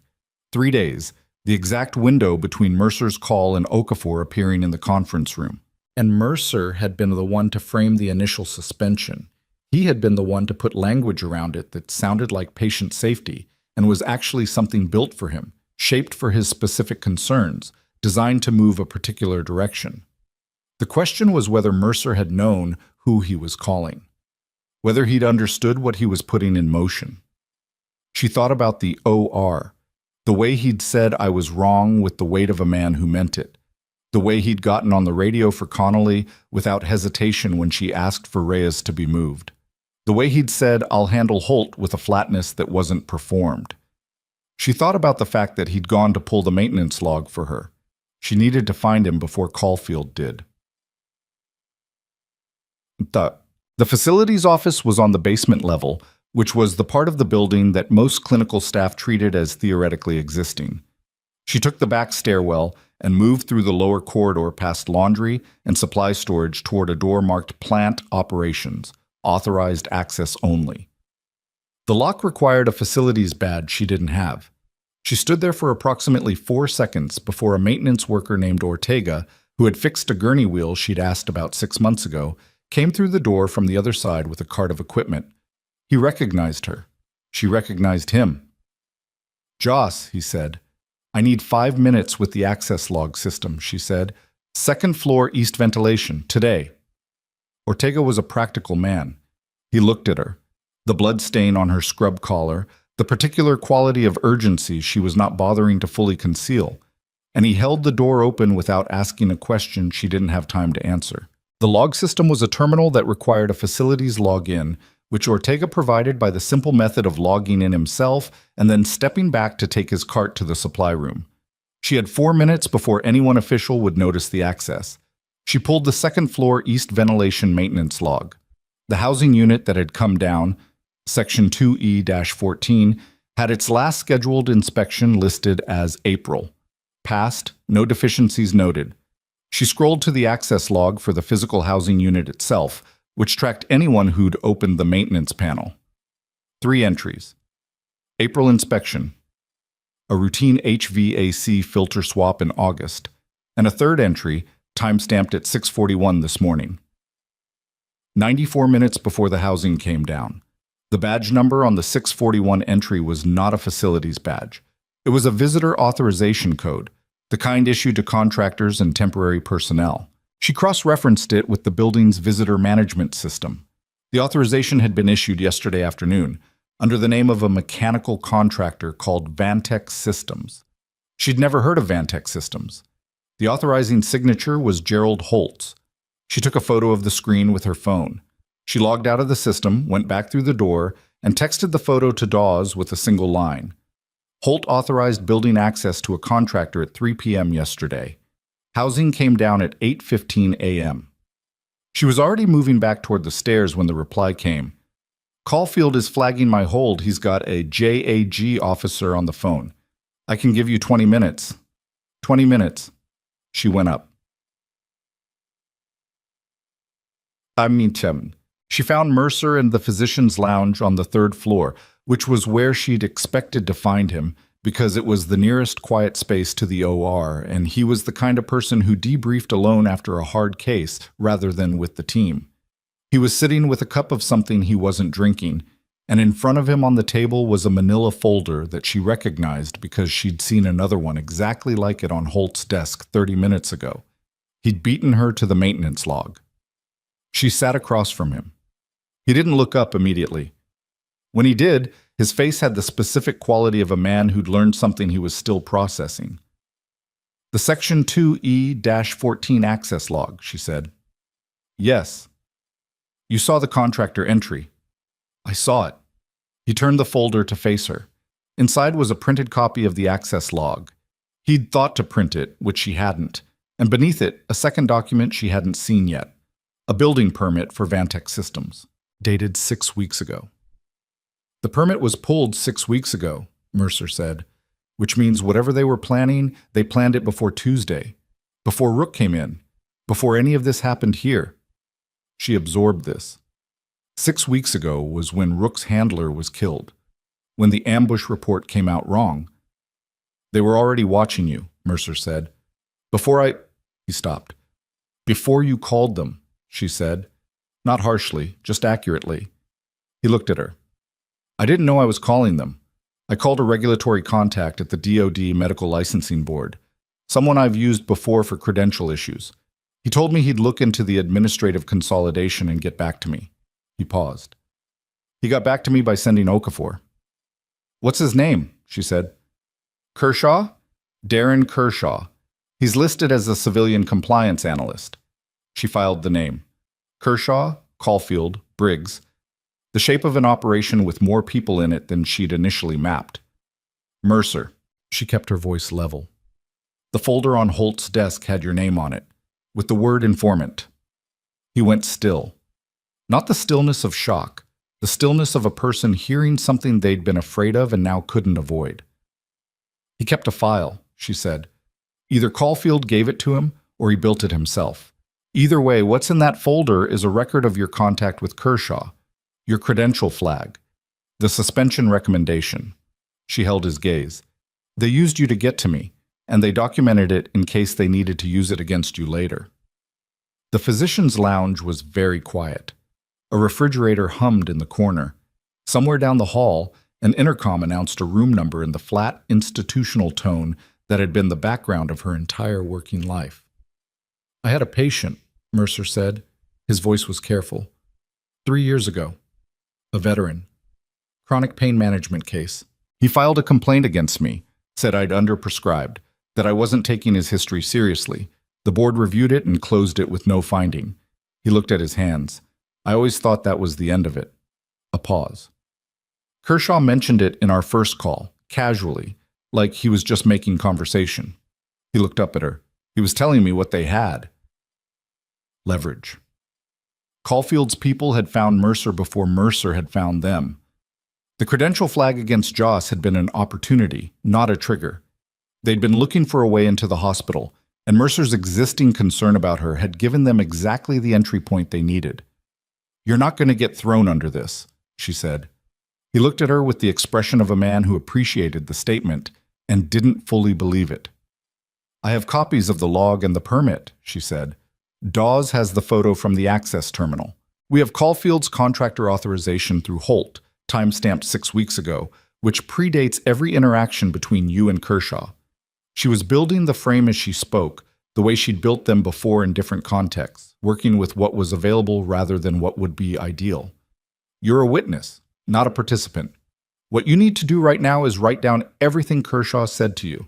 Every call, every word, every reference to the complaint, date and time of each contact. She slid a notepad from the table toward him. It was a physician's notepad, the kind left in lounges across every hospital in the country, and it had never been put to more specific use. Do it now, while it's clear. He picked up the pen. He looked at it for a moment. Why are you doing this? He said. I started the process that suspended you. I made you a target. You made a call you shouldn't have, and it got used by people who were already in motion, she said. That's not the same thing as being one of them. She paused. And you pulled Reyes's surgery without hesitation. That matters. He looked at her for a moment longer, and she could see him making a decision that wasn't comfortable and was correct. He started writing. Dawes' 20-minute window had about 8 minutes left when she came back into the main building circulation. She was moving toward the lobby when her phone buzzed. Dawes again, but a voice call this time, which he hadn't used before. They found the hold, he said. The JAG officer has authority to release Caulfield in 6 minutes. He's coming out. Where is he right now? Administrative corridor, Holt's office. She changed direction. She was 40 feet from Holt's office when the door opened and Caulfield walked out. He was shorter than she'd built him in her mind, maybe 5'10", late 40s, with the kind of average build that was designed to disappear in rooms. He wore a jacket over a collared shirt, and he walked with the particular economy of a man who moved through institutions so often he'd learned their tempo. He was looking at his phone. He looked up when she was 20 feet away. She watched the recognition move across his face. Not the recognition of someone meeting a person for the first time. He knew what she looked like. He'd seen her file, her photo, possibly her full sealed record. He knew exactly who was walking toward him. She watched him run the calculation, what she was doing here, what she might have, whether this was controllable. She stopped 6 feet away.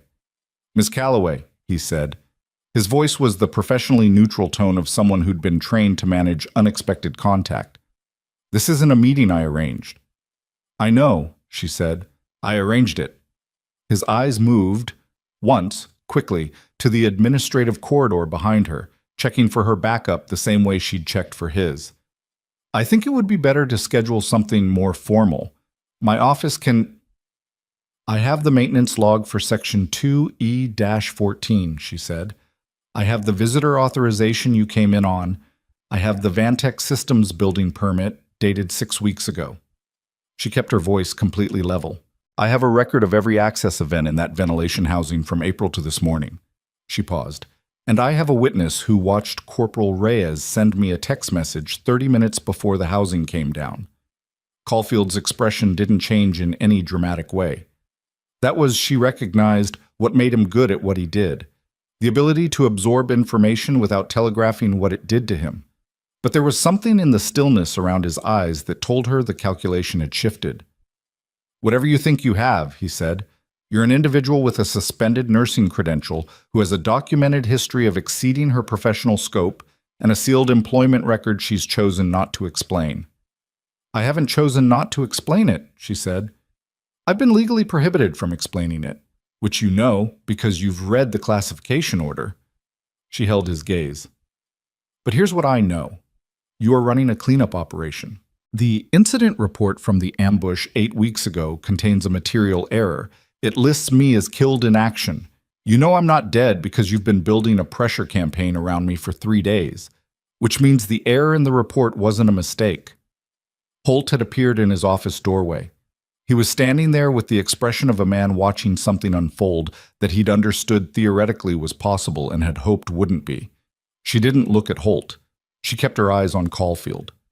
The medical log I filed from the operation, she said. It's in the sealed record. You've accessed the sealed record, which means you've read what I documented about the wounds on the personnel we recovered before the ambush. She paused. The wounds aren't consistent with the engagement type listed in the report. You know that. Your job is to make sure I'm not in a position to say so publicly. Caulfield said nothing. Reyes is going to survive, she said. She's post-op and she's going to survive. And she has a phone that sent a text at 6:43 this morning, which is a recoverable record, and the text she sent warned me not to come into a building where she'd found evidence of what you were doing. She watched him. Corporal Reyes read my file. She found the sealed records access log, which tracks every authorization that's touched it, including yours. She knew what the maintenance access meant. A pause. She sent me that text because she was trying to protect a witness, and then someone in your operation made sure she was in that corridor. The silence that followed was the kind that had weight to it, the kind you could push against. I want to be very precise about what I'm saying, she said. I'm not making an accusation I can't support. I'm telling you the sequence of evidence as it exists right now, in documents, and phone records, and witness statements. And I'm telling you that sequence is going to Dawes's chain of command, to a Judge Advocate General office that Dawes has already been in contact with today, and to an investigative journalist at the Harrow Valley Courier who was given a sealed envelope this morning by someone from Dawes's unit with instructions to open it if she didn't hear back by 6 p.m. That last part was partially constructed. She had asked Dawes to make that call during the surgery window, and she did not yet know if he'd managed it. But Caulfield didn't know that either. He looked at her. She looked at him. Behind her, she could hear Holt breathing, audibly, which told her his heart rate was elevated, which told her he was not as composed as he was standing. You were listed KIA, Caulfield said. Quiet. Careful. Any record originating from a deceased service member. I'm standing in front of you, she said. The KIA designation was fraudulent, which you can't use as a legal shield because the fraudulence is the crime. Caulfield said nothing. She waited. Mr. Holt, she said without turning around. The Vantech Systems contractor authorization you signed yesterday. I'd like to know who requested it. Holt said nothing for a moment that stretched. Then, I received a call from a facilities consultant. He said it was a routine inspection related to a compliance review. Who gave you the consultant's name? A longer pause. It came through Mr. Okafor's office. Okafor. The board member Caulfield had reached through civilian compliance channels. The same Okafor who'd appeared in the conference room with his clean suit and his credential review folder. She turned to look at Holt now. He was standing in his doorway with his arms at his sides and the look of a man who had been maneuvered into signing something and was only now understanding the full geometry of how it had happened. The maintenance log and the authorization are going to the JAG office, she said, along with documentation of every contact between your board and Caulfield's operation going back 6 weeks. She paused. If you want to be a cooperating witness rather than a participant, now is the time to decide. Holt looked at Caulfield. Caulfield was looking at the floor. Holt said, What do I need to do? Juan. The next hour and 40 minutes were the kind of procedural that looked simple from the outside and wasn't. Dawes's JAG contact, a major whose name was Aldrete, and who had the energetic precision of someone used to building legal cases in fast-moving situations, arrived at the hospital at 4:17. Mercer had filled 6 pages of the physician's notepad. Holt had provided a written statement about the Vantech authorization within 20 minutes of being asked, because Holt was ultimately a man who managed risk, and the risk calculus had shifted dramatically. The maintenance log, the access photo, the visitor authorization, and the building permit were submitted as a documentary package that Aldrete described, with the dryness of a person who specialized in understatement, as materially significant. Caulfield was not arrested. Not yet. That was Aldrete's word. Not yet, delivered in a tone that carried the weight of inevitability. He was formally detained for questioning under a military investigative authority that Dawes had invoked and Aldrete had ratified, and he was walked to a room on the administrative floor that was not his choice and was not comfortable, and 2 uniformed personnel from Dawes' unit stood outside it in a way that was technically described as a voluntary cooperation request, and was not that. Briggs, the analyst, stopped returning calls at 4:45. Kershaw, the regulatory contact Mercer had called, was reached by Aldrete's office at 5:10 and invoked legal counsel within 30 seconds of being told what the call was about, which was its own kind of statement.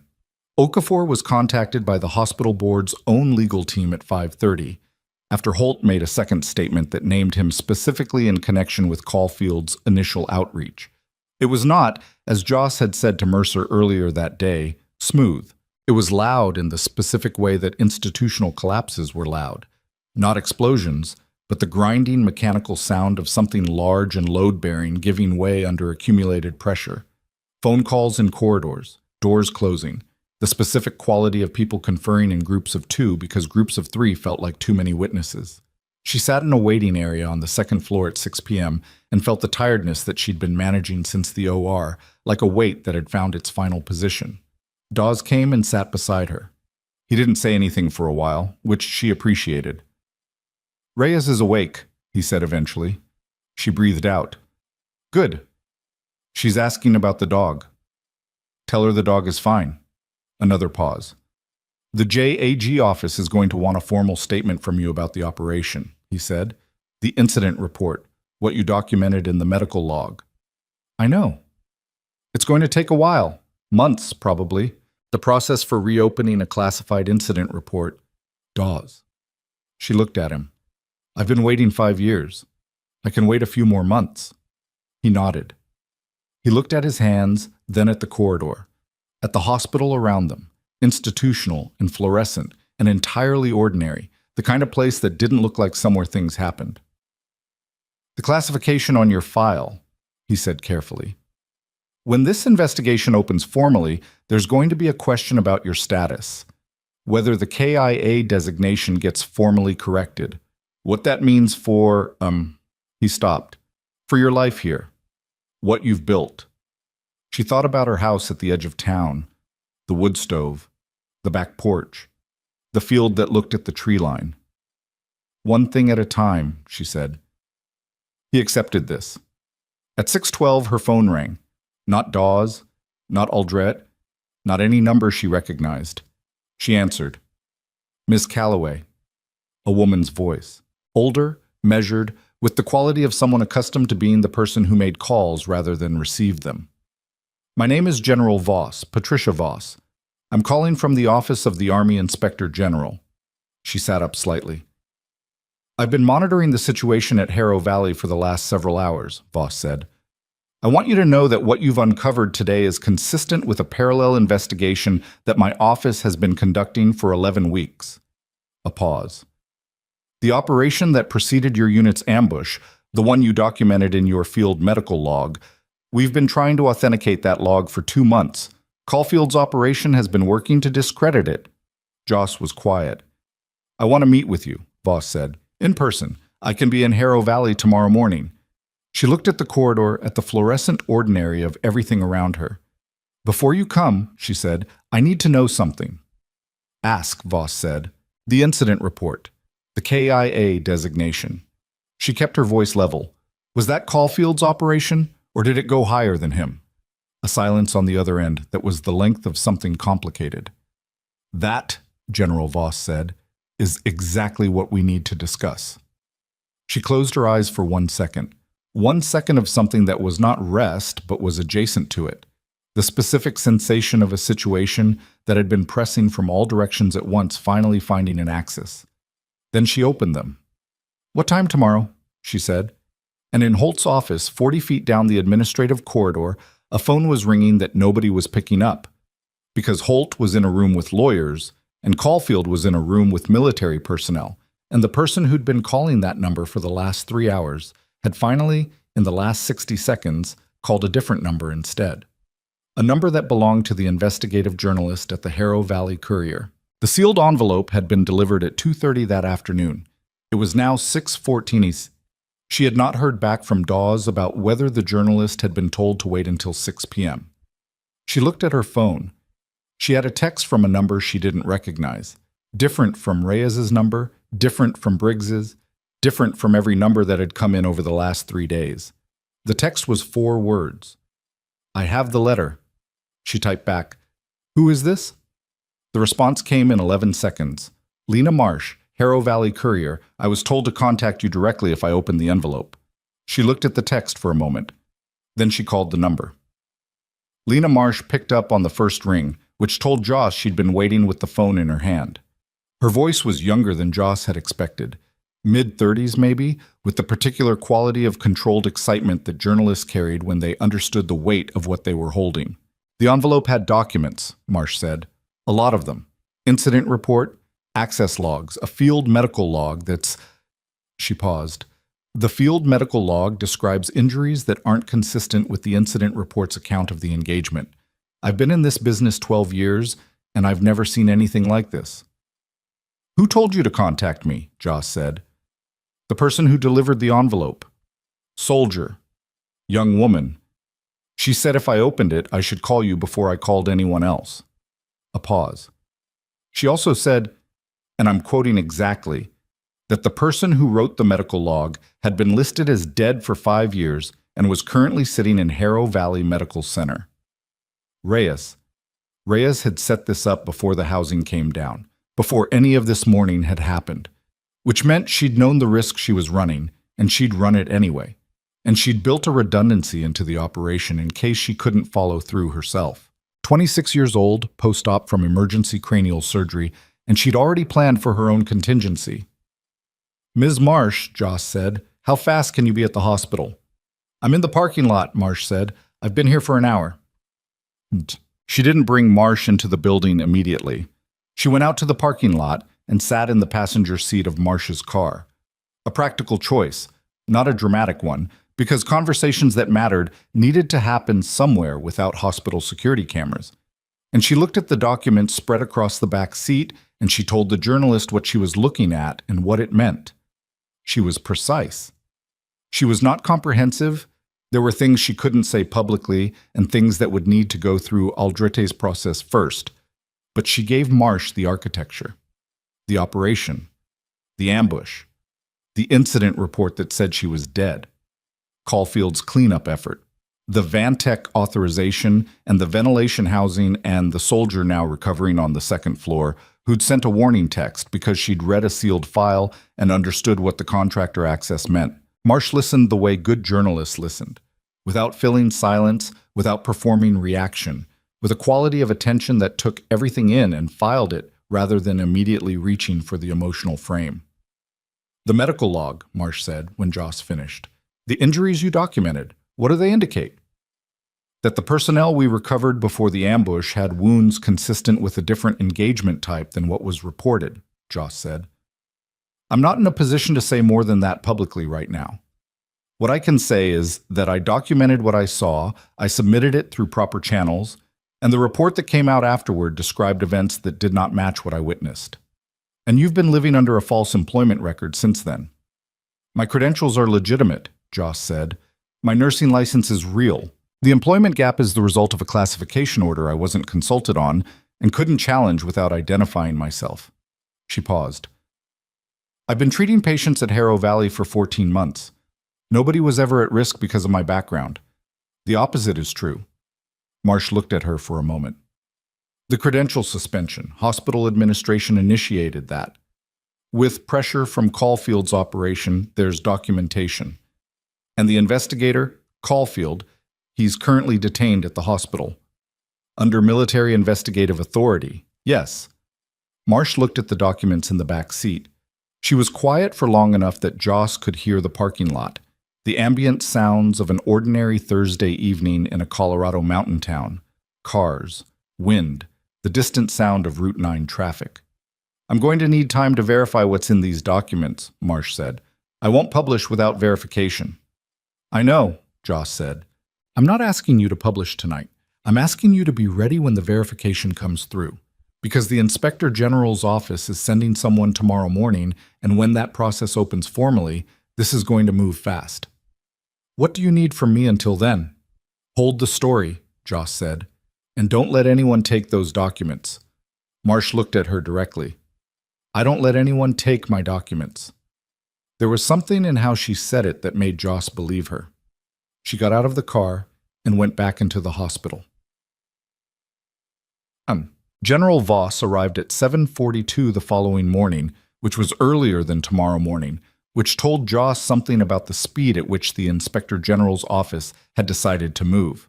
She was a compact woman in her late 50s with close-cropped gray hair and the posture of someone who'd been in uniform so long that it had become structural rather than habitual. She came with 2 aides and no fanfare, and she met Joss in a conference room that was not Holt's conference room, a different one, on a different floor, which Aldrete had arranged specifically so that the geography of the meeting didn't carry the weight of the suspension proceedings. Dawes was there. Aldrete was there. Mercer had been asked and had come, sitting with his 6 pages of notes in front of him with the expression of a man who decided to see something through regardless of personal cost. Voss did not open with pleasantries. The operation in question, she said, setting a folder on the table, was authorized under a directive that has since been identified as procedurally irregular. The directive bypassed standard oversight review at 2 separate levels. The Inspector General's office has been investigating the authorization chain for 11 weeks. She looked at Joss. Your medical log was flagged during that investigation as the single most significant piece of first-person documentation we have.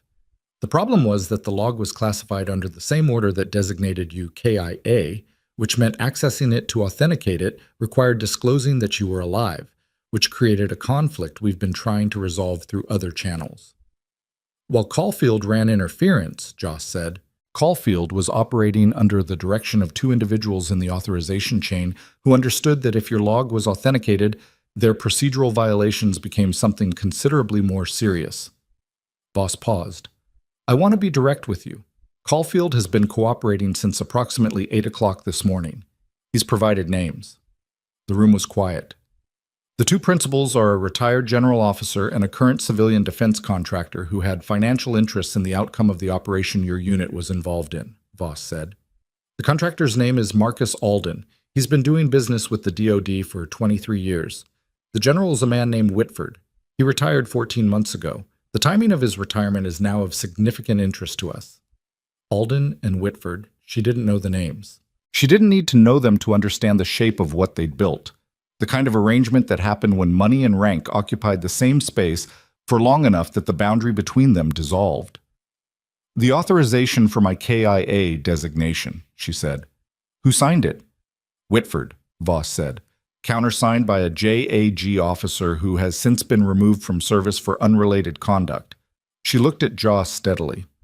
The designation is being formally vacated today. The paperwork is already in process. By the end of business, your personnel record will reflect your actual status. Joss sat with that for a moment. 5 years of being officially dead, reduced to paperwork processing time. She didn't feel what she'd expected to feel.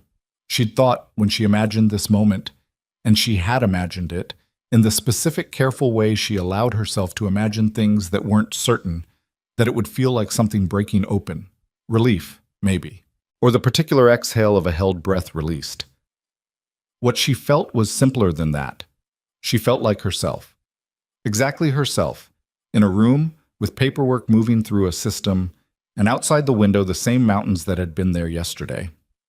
The hospital, Aldrete said, beside her. The credential suspension. Vacated, Voss said. As of this morning, I've spoken with the board's legal counsel. Okafor has resigned from his board position effective immediately. His cooperation with Caulfield's operation exposed the hospital to significant liability, and the board is aware of that. She paused.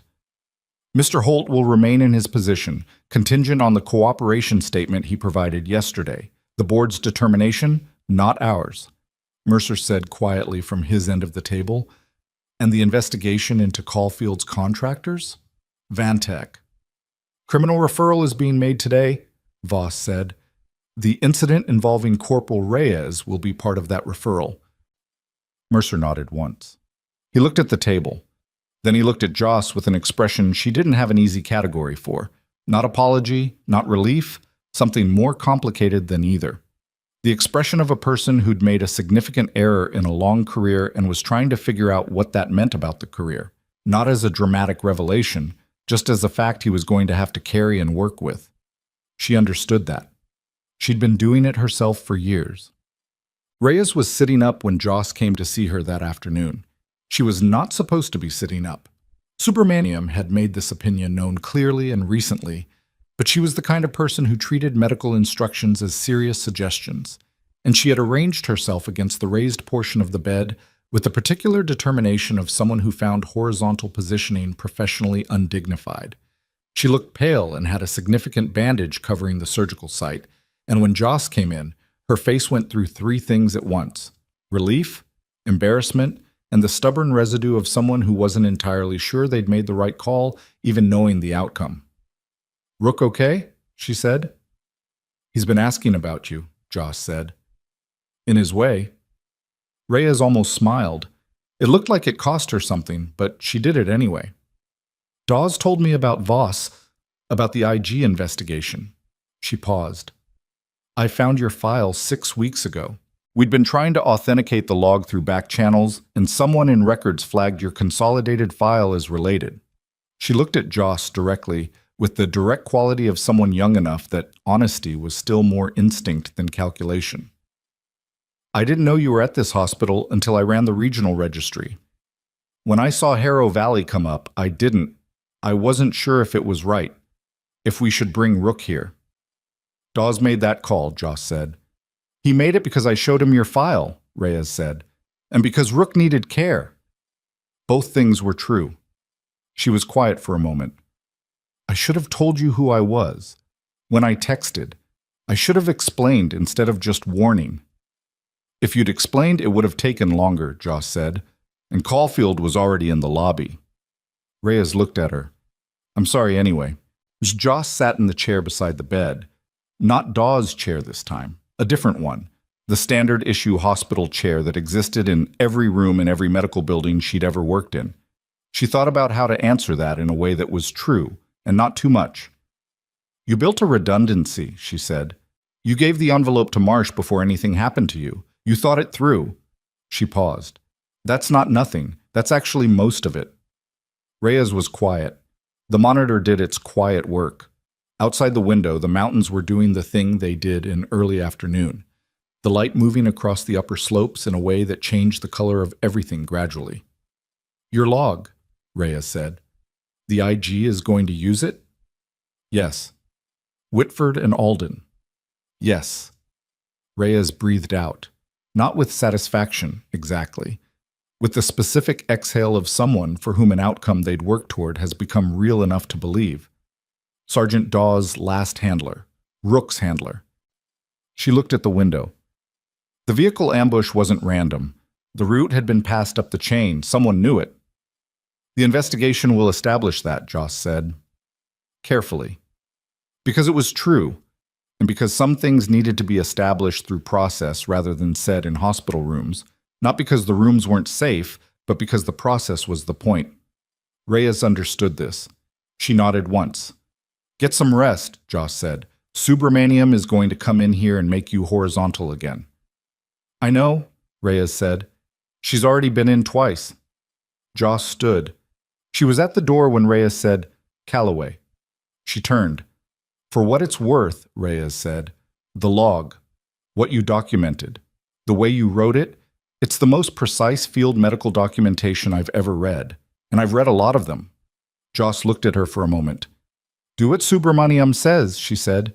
She left Reyes to her forced horizontality and went to find Rook. He was on the 3rd floor where they'd been keeping him, but when she came in, he was standing at the door with his nose near the gap, which told her he'd heard her in the corridor before she arrived. He was putting weight on the injured leg, which was ahead of where she'd expected him to be. She checked the dressing, palpated the tissue, watched his response to pressure. He stood through all of it, steady, and when she finished, he pressed his forehead against her sternum in the specific way he'd developed over the last 4 days that she had no clinical explanation for and didn't require one. You did good, she said to the dog. She was aware this was the kind of statement that would have sounded foolish to anyone listening. She said it anyway. The thing about Rook, the thing she'd understood from the first night kneeling on the ER floor with blood on her hands, was that he hadn't needed to be fixed. He hadn't needed a diagnosis or a protocol or someone managing his behavior from a safe distance. He'd needed someone to come close, to stop performing calm and simply be it, to know what grief looked like from the inside and not treat it as a problem to be solved. She understood that probably said something about her. She was willing to let it. The press piece ran 4 days later. Lena Marsh had verified everything she'd said she'd verify and had done it without cutting corners, which meant the story came out complete. The incident report, the KIA designation, the cleanup operation, the credential suspension, Caulfield's detention, the Inspector General's investigation, the names Alden and Whitford, who had by that point already retained legal counsel and were no longer commenting publicly on anything. The piece did not describe Joss as a hero. This was something she'd asked Marsh directly, and Marsh had agreed, not as a concession, but because it was the more accurate story. The piece described her as a veteran combat medic who had been officially declared dead to suppress evidence, who had rebuilt a civilian life under that suppression, and who had treated patients at a Colorado hospital for 14 months without anyone knowing what she'd survived. It described Reyes's hospitalization and Caulfield's role in the Vantec authorization. It described the field medical log and what it documented without specifying the details that were still under investigation. The paragraph Joss read twice was the one near the end, where Marsh wrote about the credential suspension, about the specific mechanism by which a military cleanup operation had used a hospital's own administrative process as a tool, had found one surgeon's concern about a nurse's unusual capabilities, and had shaped it into a weapon. The paragraph didn't excuse Mercer. It also didn't reduce him to the villain of a simple story, because he wasn't that, because most of the ways people caused harm were more complicated than that, and Marsh was a good enough journalist to know the difference. The story moved. National first, then broader. By the end of the first day, it had been picked up by 15 outlets. By the end of the second day, she'd stopped counting. She did not read most of it. Mercer found her in the break room on the evening after the piece ran, which was her second day back on shift. The suspension had been lifted formally, her privileges restored, and she had come back because the ER had patients in it who needed people who knew what they were doing, and she knew what she was doing, and that was still the whole reason she was here. He stood in the doorway of the break room with a cup of coffee and the expression of a man who had rehearsed something and was deciding whether to use the rehearsed version or throw it out. "I told Holt I won't participate in any process that affects your position here," he said. "Going forward, whatever review, whatever committee, I've recused myself entirely." "You didn't have to tell me that," she said. "I wanted you to know." He paused. "I also told him that if this department wants to keep functioning the way it should, it needs a charge nurse who actually knows what she's doing." He held her gaze. "I put your name forward." She looked at him. "You had 14 months of data," he said. "The dialysis patient, the Rook assessment, the way you ran the corridor with Reyes while I was still getting out of the OR." He set his coffee down with the deliberate care of a man making a point without dramatizing it. "I spent 14 months not seeing what was in front of me. I can't get that back. What I can do is stop wasting whatever's left." This was the most honest thing Elliot Mercer had said to her in 14 months, and it had the specific imperfection of something unrehearsed, slightly uneven, not quite landing the way he'd intended, real in the way that most things were real, which was to say incompletely. "I'll think about it," she said. He nodded. He picked up his coffee and left.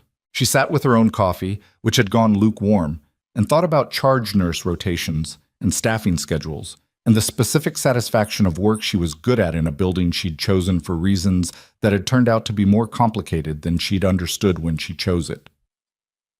Outside the break room window, Harrow Valley sat in its mountain dark, the way it did every night, ordinary and cold and entirely itself, the kind of place that didn't look like somewhere things happened, and kept being that way regardless. 2 weeks after the story ran, Aldrete's office filed charges. Marcus Alden and retired General Whitford were indicted on charges that included conspiracy to obstruct a federal investigation, fraudulent alteration of official military records, and conduct related to the contractor access that had put Reyes in a hospital bed. The charges were public. The indictment documents were public. They ran in the same outlets that had carried Marsh's piece, and the names sat at the top of the stories in a way that names tended to sit when they'd been building toward exactly this for a long time. Caulfield accepted a cooperation agreement. The terms were not public, but Aldrete described them to Joss in a call as significant, which she understood to mean he'd traded everything he had for the reduction he'd gotten, and what he'd had was enough to bury Alden and Whitford to a depth they weren't coming back from. Okafor's board resignation was followed 2 weeks later by a civil lawsuit filed by the hospital against the estate of his consulting firm for damages related to the credential review. Joss was named as an injured party. She was not seeking damages. She'd told Aldrete this clearly, but the lawsuit moved forward on the hospital's behalf, which was a different thing, and she led it. Holt was required to complete a board-mandated governance training and issue a formal written acknowledgement of the Vantec authorization failure.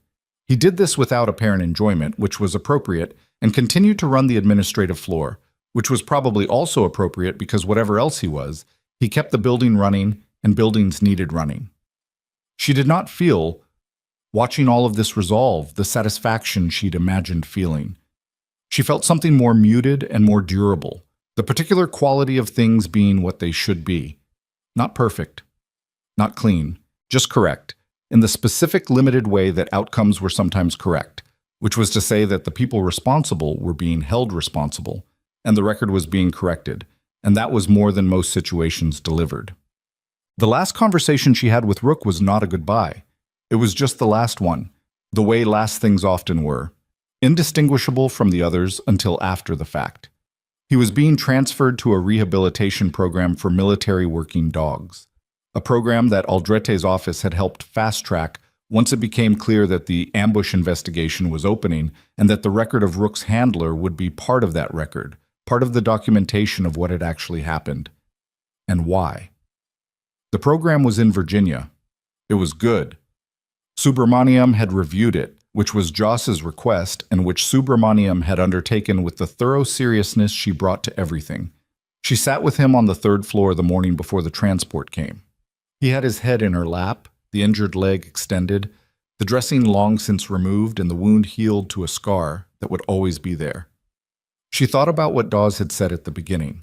He's been unmanageable for 6 weeks. He doesn't trust much of anyone. She thought about the sound he'd been making when he came through the ER doors. Not a threat, not simple aggression, the more complicated sound of an animal that had lost something fundamental and was still trying to locate it in every new room it entered. She knew something about that. "You're going to be all right," she told him. Not as reassurance, as information. The distinction mattered to her even with no one else in the room to notice it. He lifted his head and looked at her with the specific quality of attention he'd had since the first night, the recognition that had nothing to do with familiarity, that was something older than familiarity, the thing animals carried that most people spent their whole lives trying to approximate. Then he put his head back down, and they sat until the transport came. She took the charged nurse position. She made this decision on a Tuesday morning, standing on her back porch in the first significant snowfall of November, looking at the field and the tree line with coffee going cold in her hands, and the decision felt less like a choice and more like an acknowledgement of something that had already been true. She called Holt's office and told the administrative assistant, who sounded mildly surprised and then professionally unsurprised, and the paperwork was processed by end of day. She didn't tell Mercer directly. She let him find out through the scheduling board, the way most real things in hospitals were communicated. Not in speeches, not in formal ceremonies, just on a printed sheet on a corkboard, her name beside the roll, same building, different line. He passed her in the corridor 2 days later and gave her a single nod that contained, she thought, about 12 things he wasn't going to say out loud, which was the correct number. She nodded back. Travis, when he found out, brought coffee to her station at the start of shift and didn't say anything either, just set it down, which was the right call because they both would have been embarrassed by more than that, and embarrassment was wasted time. She drank the coffee. She started her shift. The thing that nobody tells you about surviving something, and Joss Calloway had survived things that most people didn't have language for, is that survival isn't the end of anything. It's just where you find out what you're going to do next. Some people spent years waiting for the surviving to be enough, for the mere fact of still being present to constitute a life. She'd done that. She understood it. She also understood it wasn't a permanent condition, that at some point the surviving had to give way to something more active, more chosen, more difficult than simply continuing. She had been underestimated for 5 years. Not just at Harrow Valley.